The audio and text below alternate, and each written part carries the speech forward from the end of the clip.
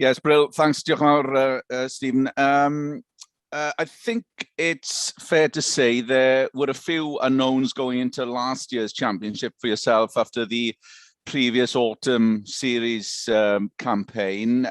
How, Stephen, do you compare and contrast how you are going into this season's campaign?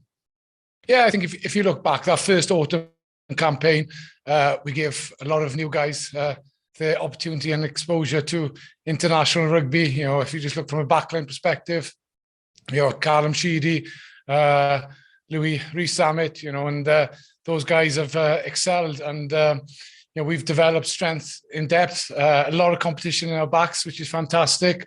And thankfully, that's increased over the last 18 months. So, you know, we're in a good place, and we've got a very competitive group who push standards forward and challenge themselves daily. So, from that perspective, we look back on what we achieved 2 years ago, 18 months ago in that autumn series, and it was a good foundation for us. Wayne touched last week upon the regional struggles and just mentioned that it's nothing new for the national side to succeed despite those struggles in the past few years. Is there a worry, though, Steve, that is sustainable for a short amount of time? There will become a time that if those struggles continue on a regional level, then it'll sort of have a knock-on effect on yourselves. I think, you know, it's a difficult one to answer. All we can say is, you know, the players we've had come in here from the regional game, you know, whatever age, however much experience they've had, they really have excelled, you know, and, you know, they realise it's a very elite environment here, a very competitive environment. And, you know, once they're in here, they push their standards, and as players, they push themselves forward. And, you know, all I know is we've got world-class players in this squad, and, you know, we've got good youngsters, a good blend of experience. I know they play week in, week out to their region, but when they come in here, they're exceptional, I got to be honest. Just a few housekeeping questions, injury-wise. How are you in terms of injuries, and in particular, perhaps Willis Halaholo? Yeah, obviously, you know, I'm not sure if you're aware, Willis picked up a little strain or something with his hamstring, but, you know, we're training now as a group. We're really healthy, and, you know, that's what we want. You know, we want a healthy group to pick from.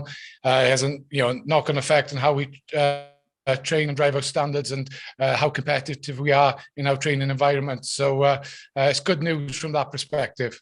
I know Josh Adams is someone you've tried to look at in that position. How viable an option is he to slot in?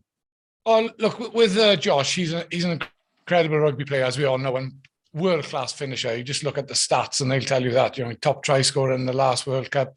You know, his finishing ability is superb, and he's just a very, very good rugby player. We know he has the ability to play centre, but we know, you know, he's also a world-class winger. So it's wonderful for us as coaches to have those options with players. COVID-wise, how are you at the moment? I asked that in particular because of Chris Chinzer. He obviously went down with COVID, didn't he? Yeah, thankfully he's back training with us now. Took part in this morning's session. Will take part in this afternoon session. So thankfully we're all okay from that aspect. Just a final one, Steve, from myself. In Dan Biggar, you have someone obviously who has a wealth of experience you've turned to for the captaincy. But given how pivotal the 10 position is, as you well aware, are you worried at all by the extra burden that he'll have to take on? No, not at all, because obviously, you know, Dan's a world-class player, wealth of experience.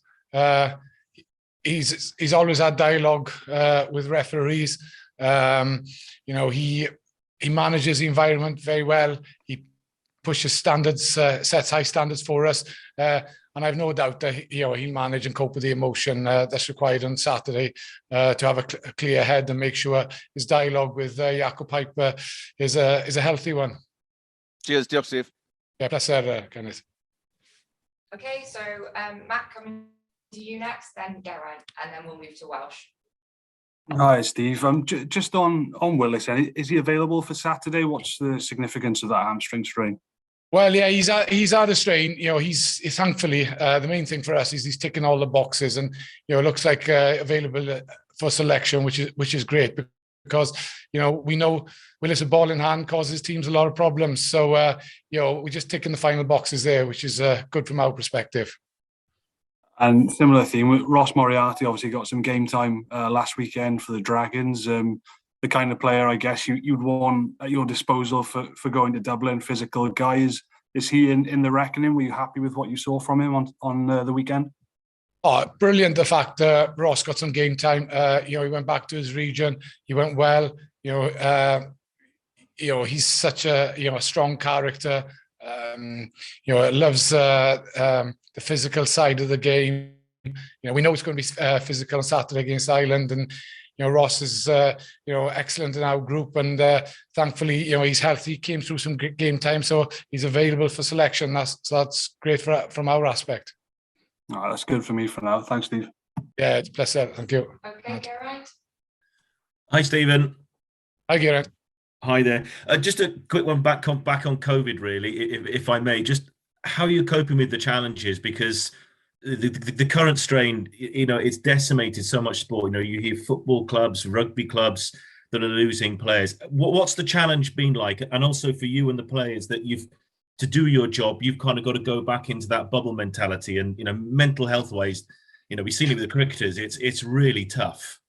Yeah, you're right. It is tough, but you know, we've got an amazing medical team here, and you know, the criteria they set out for us is very clear.